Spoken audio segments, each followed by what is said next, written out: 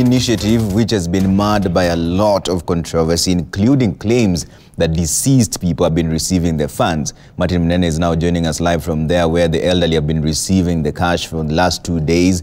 The authorities claim that the issues have been addressed. Martin, good morning. It's good to see you. Is it now a smooth flow for the Inua Jamii initiative? All right, a very good morning to you, Trevor.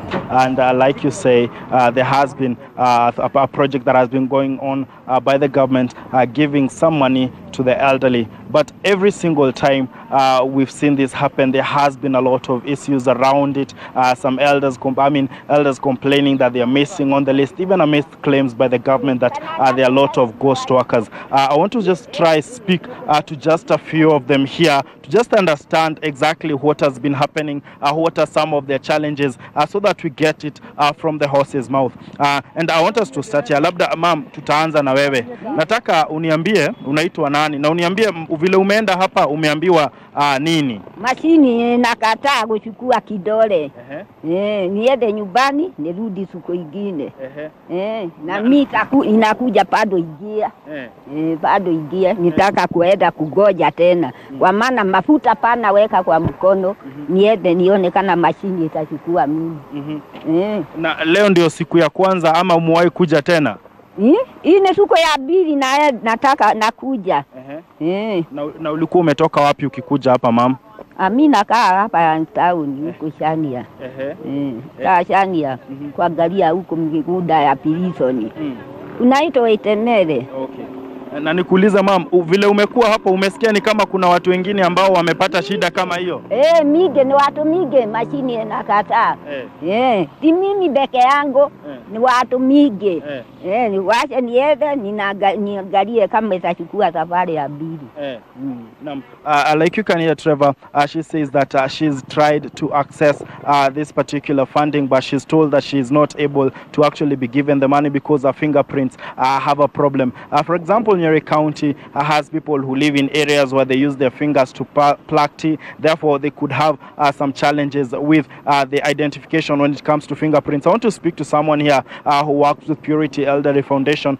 She normally comes here to help these elderly people just be able to navigate, because as you know, because of their age, some of them have challenges. To just help us understand how it has been for the past 2 days.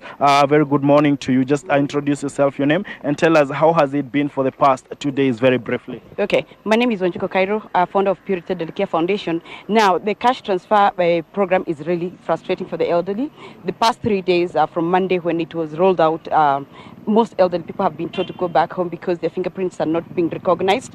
And in fact, when they're told to go back home, what are they expected to do? You've gone back home, your fingerprints are not working. Other issues are like the cards are not working. They're being told to come back on the 29th.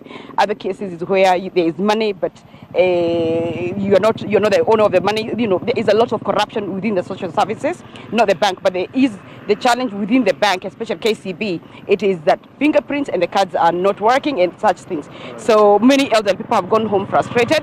I've had to actually come with sanitizers to wash old people's hands. So that's what I'm to help them get their cash. So it's really frustrating, and I think we need to get to up our games, and the ministry needs to up its game. Okay. The ministry says that there are a lot of ghost people who are receiving money. They are not elderly. What is your take on this? Very, very briefly again. That ministry is the ghost. It's the ghost beneficiaries. They should actually identify the ghost, not any other person. They should. The ministry is the one that has the ghost people. They're the ones receiving the money on behalf of the elderly persons. They're the thieves. They should actually take care of them. Do you feel like all the elderly people who deserve to get this money are getting it? No, they're not getting it. They said they were going to register them in 2 weeks from the 1st of October. It has not happened. So the ministry or the PS should help us have a new full registration for all the 70+. Right. So the ministry actually, this whole problem is the ministry. Yes. She feels that the problem has been the ministry, and a lot of the old people who are coming here, they're being told that they have a problem, especially when it comes to identification. But the issue of whether everybody is getting or not is a story for another day. Like you can see, maybe this particular lady has come from where they're collecting the money. We may not be able to speak to her, but of course we'll be trying to follow up this story to just understand how many are getting.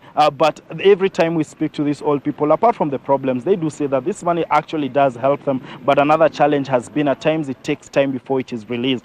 Sometimes going for 3 months or several months. But if they actually say if it's released every month, the 2,000 shillings they get can actually go a long way in helping them access things like medical care and food and other things that this money actually can help. Because most of them are retirees, others have never been employed, they were casual workers, and therefore this money is the only amount of money they are sure of or actually can expect. I return it to you back in studio. Trevor from Nyeri County, Martin Munene.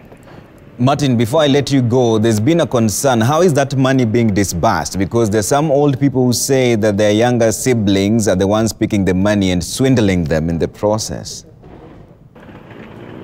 All right, Trevor, from what I understand, this particular list is generated by the Department of Social Services, for example, here in Nyeri County. That is a national government function, and then it is actually sent to banks. For example, I'm actually standing outside one of the commercial banks in the country where the elderly are, the elders are actually coming and getting, and therefore they have been able to create links with banks. For example, I'm in different commercial banks, and that is the point where this particular people come to collect their money. Trevor, I must say, a lot of elderly people have actually concerned because of this, because they feel, for example, in Nyeri County, if you're coming from different sub-counties and you have to go to the bank, it is not always convenient, as opposed to maybe if this money was actually sent maybe to the sub-chief, or even, for example, we've got mobile money or other avenues that is closer home. But now they have to come here and actually queue and actually access this money through the banks,